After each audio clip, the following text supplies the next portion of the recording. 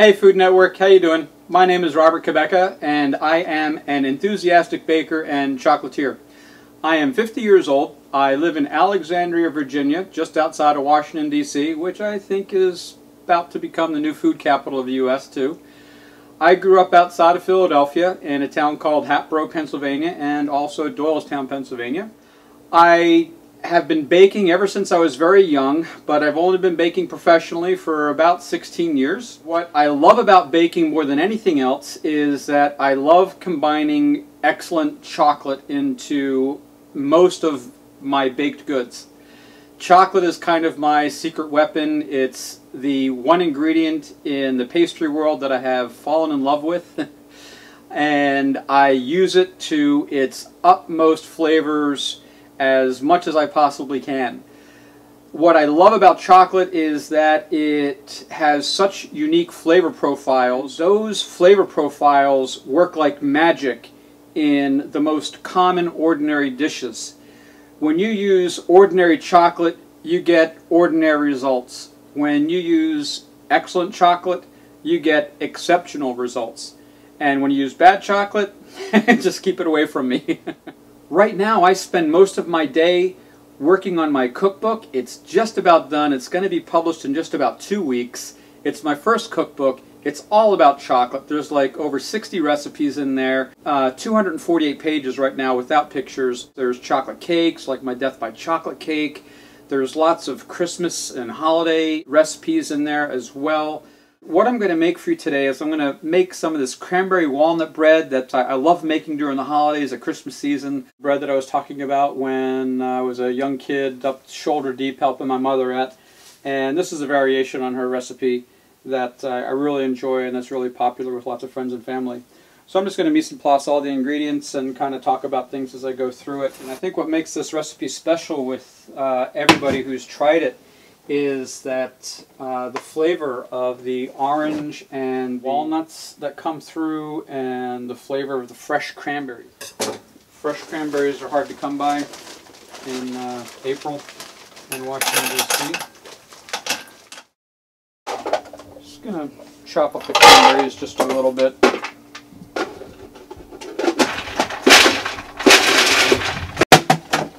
There we go.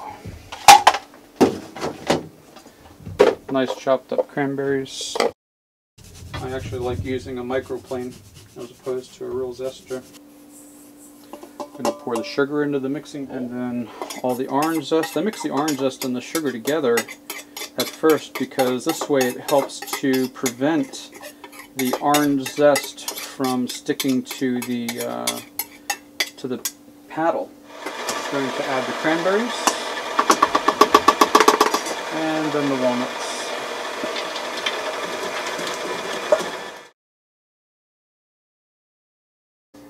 This is one delicious looking cranberry orange walnut bread, and in the oven it goes. I'm going to make some pâte sucrée, and I'm going to use that pâte sucrée in two dishes. The first dish is my favorite holiday dessert for me, and it's a poached pear frangipane tart. If I could eat that and only that for the rest of my life, I wouldn't complain a little bit. I love these because using these makes going through butter a breeze. And what I'm looking for is a really nice, coarse powder. Got some couple chunks in here, so I'm going to pulse this a few more times. Alright, that should about do it. Yeah, they're all gone. All those big chunks are gone. And start pulsing.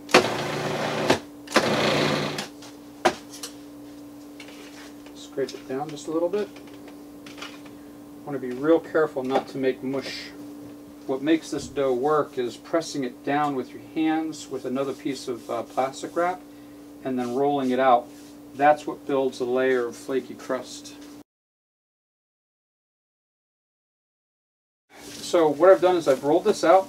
I'm going to pop it in the freezer to get nice and cold, and then after it's set, we're going to roll this out into some tart shells. The other thing that I'm going to make with the pâte sucrée is my special chocolate cream cheese pumpkin tarts. I'll hollow out a mini pumpkin, I'll roast them, and then fill it with the cream cheese, the chocolate cream cheese pumpkin filling, and then bake them off like that. And then when they come out, drizzle some ginger chocolate caramel sauce over top of them. It's really spectacular for the holiday season. One of your questions here is you're asking why I think that I'm going to win this competition and beat everybody else out. My first instinct reaction to that question is, I don't remember who quoted this, but they said, if you compete, you fail. If you create, you never lose. And that may not be the best thing to say for a competition like this, but what I do is I focus my energy on my creativity, and I trust my skills, I trust my abilities. The one thing that helps me through what I create is that I stay focused on the tasks at hand. So in my mind, I'm focusing not just on what I'm doing, but several things ahead, and I line up my actions so that I'm in a continuous flow. I just trust my creativity, I trust my skills, and I trust my abilities. It may not be better than somebody else's, but it's the best that I got. And if it's the best that I got, then I'm happy with it. I've already won. Oh wow, isn't that gorgeous? Look at the color on this, nice caramelized top. This is something beautiful. Alright, let's see what we got going on. It's perfect, nice and firm, with a little give. I cannot wait to taste that. So take a little bit to roll this out, nice and even. I do have my rolling machine, but that'd be cheating, wouldn't it? The reason I use plastic first is because if I start with flour, then you end up overworking the dough with too much flour, and you end up with a very dense dough. There is one more item that I love to talk about. It is one item that I love to make more than anything else. However, I can't make it for you, not to tease you, but the reason I can't make it for you is that it takes 3 days to make, and this is my chocolate croissant. It's this combination croissant and donut. It's a laminated dough. I fill it with chocolate mousse cream. I'll top it off with some type of special glaze, like a ginger glaze, and then sometimes top it off with some fresh roasted pistachios, what have you. I have made thousands of these for people that have waited, hours outside of my bakery in line trying to get these, and they're just really fascinating, delicious, crunchy and soft and melt in your mouth and really delicious. Okay, so what we're going to do is put these in the nice poaching liquid. When this is done, one of my secrets is I take the poaching liquid and then I make a latte out of it with half a cup of milk and half a cup of the poaching liquid. Oh, talk about a holiday drink. It's delicious. So our poached pears are done. My house smells absolutely delicious. I'm going to pull these out and let them drain. And I know they're done because they feel nice and tender. The tall pears I'm going to be dipping in white chocolate and then drizzling some chocolate caramel sauce over top of them. And they make a beautiful centerpiece for the holidays. I think my problem with pie weights as well is that they're just too darn heavy, and they create a very thick, dense crust, whereas these allow the crust to expand just right. And off to cool they go. They got a nice golden crust on them. Beautiful. Be nice and tender, and it's perfectly tender. Beautiful. And I'm just laying the poached pears into the frangipan and going to arrange them nicely so that they look pretty. And then they bake off for about 25 to 30 minutes.